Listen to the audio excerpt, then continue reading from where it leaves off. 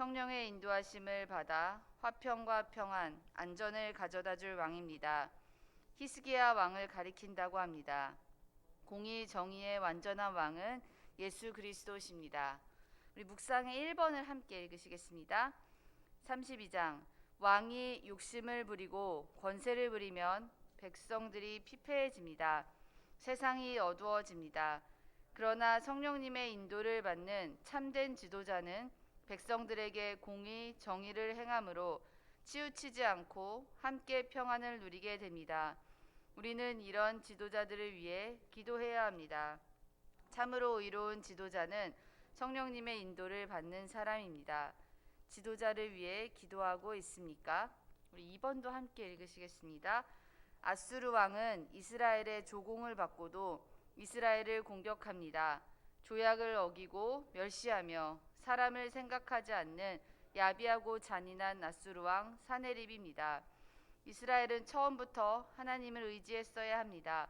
그러나 비록 사네립이 공격하지만 기도하는 히스기야의 기도를 들으시고 물리치며 보호해 주십니다. 나는 지금 누구를 의지하고 있습니까? 3번도 함께 읽으시겠습니다. 하나님께서 이스라엘을 괴롭힌 나라들을 보복하시고 이스라엘을 마침내 회복시켜 주심을 가리킵니다. 이스라엘은 멸망받고 포로로 끌려가지만 결국 고국으로 돌아오게 하시고 회복시켜 주셨습니다. 오늘의 교회도 결국 예수님의 재림하심과 심판으로 세상을 멸하시고 영원한 천국이 열리게 될 것입니다. 완전한 하나님의 나라를 바라보고 있으니까. 오늘 읽으시게 될 이사야 32장에서 35장의 말씀은 그동안의 남유다의 하나님의 말씀을 어기고 우상 숭배를 하고 여러 가지 율법을 지키지 않았던 악한 왕들과 다르게 하나님의 말씀대로 통치할 히스기야 왕이 나올 것을 이사야 선지자가 예언하고 있습니다.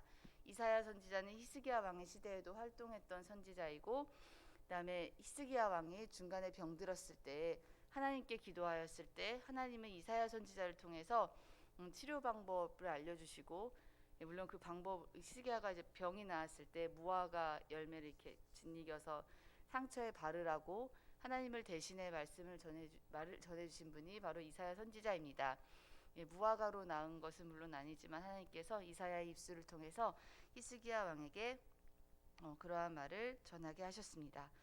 그처럼 히스기야 왕의 시대에 선지자로 활동했던 이사야는 공의와 정의로 다스릴 히스기야 왕이 나올 것을 예언하였지만 또한 여전히 불순종하고 있는 남유다와 이스라엘에게 하나님의 심판과 정의와 회복을 전하는 그러한 선지자였습니다. 이스라엘 주변에는 항상 이스라엘을 괴롭히는 여러 나라가 있었습니다. 아수르 왕도 그 나라의 하나입니다. 하나님은 이스라엘이 특히 불순종할 때 주변국을 통해서 이스라엘에게 심판을 내리시고 또는 이스라엘에게 어떤 정신을 차리게 할 목적으로 주변국을 사용하신 경우가 많았습니다. 그래서 주변국이 침략을 하고, 즉 고난 중에 있을 때 왕이 해야 할 일은 바로 하나님을 의지하고 하나님께 물어야 하는 것이었습니다. 그래서 오늘은 참된 왕, 참된 지도자, 한 가정이든 한 기관이든 또 구역, 저희 교구, 또 교회에서 지도자는 어떻게 해야 할지, 즉 우리 모두 대부분 한 기관에서 무언가를 맡고 있는 분이시잖아요. 그래서 우리 누군가 앞에서 무언가를 이끌고 중보해야 되는 우리의 역할은 어떠해야 되는지에 대해서 말씀을 통해 특히 깨달아 보려고 합니다. 하나님께서 세우시는 진정한 왕은 공의로 다스립니다. 공의는 하나님의 성품이고 속성입니다. 하나님의 율법에는 하나님의 공의가 나타나 있습니다. 제사 또한 하나님의 공의가 이루어지는 순간입니다. 제사를 드릴 때 사람은 예물을 가지고 와서 그 예물에 안수를 하고 그 동물을 데리고 온 사람이 직접 동물을 죽이게 됩니다. 즉, 이 동물이 단순히 죽음으로 내 죄가 없어지는 건 아니지만 내가 스스로 그 죄 없는 동물을 죽이면서 내가 원래는 이렇게 죽어야 되는데 하나님께서 나를 이 제사를 통해서 깨닫게 하시고 용서를 해주시고 나를 그런 깨달음을 얻고 또 그때 진정한 회개가 일어나는 것이 예배와 제사입니다. 즉 공의의 하나님은 죄를 속하게 할 방법을, 즉 우리 대신 속하게 할 방법을 그 예배 안에 율법 안에 주셨습니다. 또한 하나님의 율법 안에는 여러 가지 공의와 정의를 실현할 방법이 나타나 있습니다. 대표적으로 고아와 과부와 나그네를 위한 법만 잘 지켜져도 이스라엘 땅에는 굶주려 죽을 리가 없게 됩니다. 하나님께서는 일정한 부분의 곡식이나 식량을 거두지 않고 가난한 자들을 위해 꼭 남겨둘 것을 말씀하신 법을 우리는 여러 군데에서 볼 수 있습니다. 하나님의 법대로만 잘 생활을 해도 이스라엘 땅에는 정말로 어려움에 신음하고 허덕이는 자가 없게 됩니다. 하지만 부패하고 타락한 시절일수록 제사장들과 왕들은 이 하나님의 율법을 많이 어겼습니다.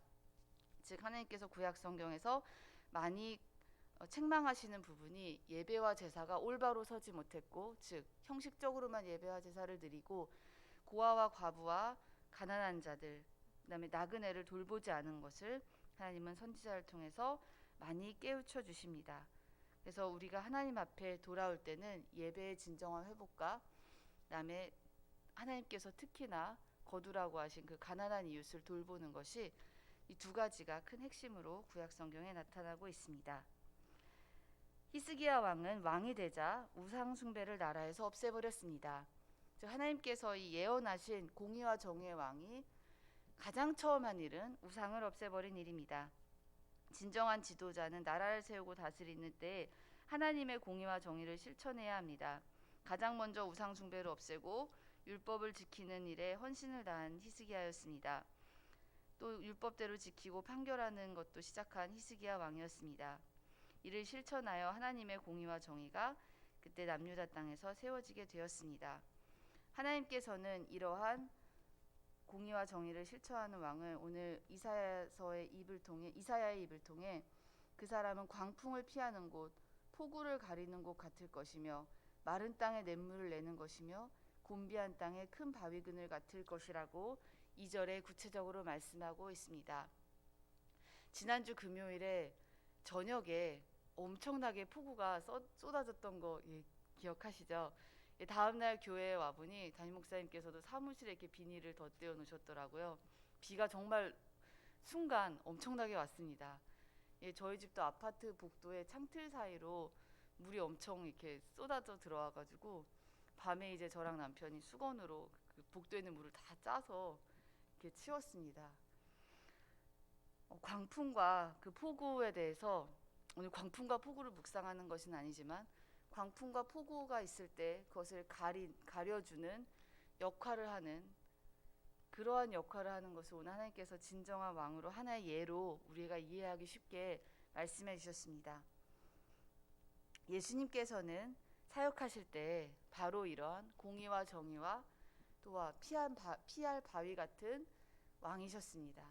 그래 오늘 예수님께서 어떻게 하셨는지를 묵상을 하면은 저희도 이 방법을 실천하는 데 있어서 좀 도움이 될 것 같습니다. 예수님께서 제자들과 함께 이 광풍과 폭우의 사건을 처하셨던 적이 있었습니다. 5,000명을 먹이신 후에 예수님께서 제자들을 먼저 건너편으로 배 타고 건너가 하시고 예수님은 따로 감람산에 가셔서 기도를 하셨습니다. 그때 풍랑이 일고 제자들은 막 죽게 되었습니다. 제자들이 막 너무 힘들 때 예수님께서 나타나셨죠. 물 위를 걸어오시고 그 베드로를 향해 너도 한번 걸어와 봐라 라고 하시는 그 장면입니다. 그리고 예수님께서 오실 때 그 풍랑이 잠잠해지고 또 다른 사건에서 예수님은 여러 풍랑을 잠잠케 하신 일이 있습니다. 즉 예수님은 제자들을 위해 한 곳에서 기도를 하고 계셨습니다. 오늘 묵상의 1번을 보면 참으로 의로운 지도자는 성령님의 인도를 받는 사람입니다. 우리는 지도자를 위해 기도해야 합니다. 또한 묵상의 2번을 보면 기도하는 히스기야의 기도를 들으시고 하나님은 이방 나라를 물리쳐 주셨습니다. 오늘 이사야서가 말하고 있는 공의와 정의의 지도자, 그리고 또 하나님의 사랑을 제대로 실천할 지도자는 이렇게 무릎 꿇어서 기도하는 지도자입니다. 예수님께서도 하나님이신 예수님께서도 기도하셨습니다. 예수님께서도 시간을 정해서 감람산에서 기도하셨고 제자들이 죽음의 위기에 죽음의 그 두려움에 떨고 있을 때 예수님은 그 당시에 기도하고 계셨습니다. 우리 모두는 각각 처하신 하나님께서 부르신 장소에 지도자로 역할하고 있습니다. 물론 큰 곳은 아니지만 구역 예배를 인도하시고 한 기관에서 찬양팀에서 성가대에서 또한 교구에서 또한 각 부서에서 지도자의 역할을 하실 때 우리는 예수님의 이러한 모습을 배워야 합니다. 우리는 기도하고 성령에 충만한 무릎 꿇는 지도자가 되어야 합니다. 히스기야는 자신에게 죽음의 위기가 닥쳤을 때에도 또 옆나라 아수르가 사네립이 와서 그렇게 조롱하고 곧 너희 나라를 물리칠 것이다, 멸망시킬 것이다라는 조롱을 하는 그 순간에도 하나님 앞에 무릎 꿇어 기도했습니다. 광풍이 일고 폭우가 쏟아질 때 그 한가운데 있어 본 적이 있으신지요? 정말로 비가 쏟아지고 광풍은 내가 어찌하여 막을 수 있는 것이 아닙니다. 광풍은 피해야 하는 곳이고 또한 지도자는 이 광풍을 피하는 큰 그늘 같은 사람이 되어야 합니다. 즉 나와 함께하는 사람들을 내가 보호하고 그들이 정말로 폭우로부터 안전한 곳에 있을 수 있도록 내가 든든한 바위의 역할을 해줘야 하는 것입니다. 한 가정의 부모가 그러할 것이고 우리 교회에서 사역하고 계시는 여러분들이 그러한 역할을 하셔야 할 것입니다. 즉 든든한 반석 같은 지도자가 되어야 하는 것입니다.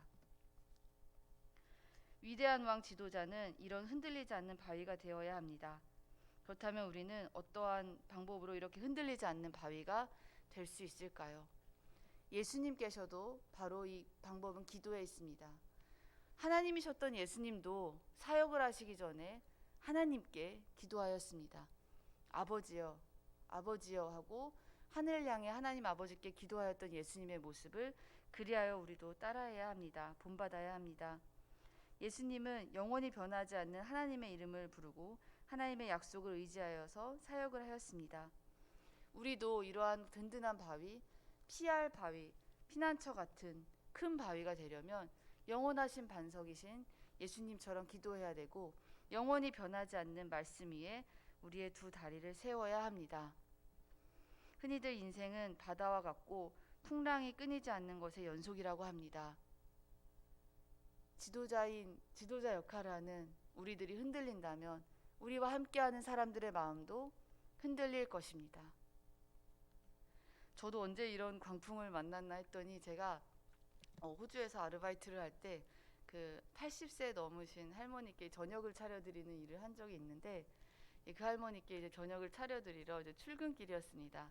근데 당시 정말 천둥 번개가 너무너무 치고 몇십 미터 안 되는 길을 걸어가야 되는데 비가 너무 많이 와가지고 간판이 떨어지고 여기저기서 사방에서 그런 것들이 막 날아오는 순간이었습니다. 벼락이 얼마나 무섭게 쳤냐면 전 정말 제 눈앞에서 바로 앞에서 번쩍하는 그 번개를 한번 본 적이 있습니다. 그때 정말 약간 죽을 것 같다라는 느낌이 들었습니다. 정말 눈앞에서 번개가 번쩍했습니다. 근데 조금만 더 앞으로 갔으면은 맞았을지도 모르는 그러한 상황이었습니다. 여기저기 정말 그 벼락이 떨어지는 상황이었는데요. 그때 제가 정말 얼른 뛰어서 작은 지붕 밑으로 들어갔습니다. 그 작은 지붕 밑도 너무너무 안전하게 느껴졌습니다. 그래서 우리는 그러한 정말 벼락이 치고 힘들 때 그런 지붕 같은 사람이 되어야 합니다.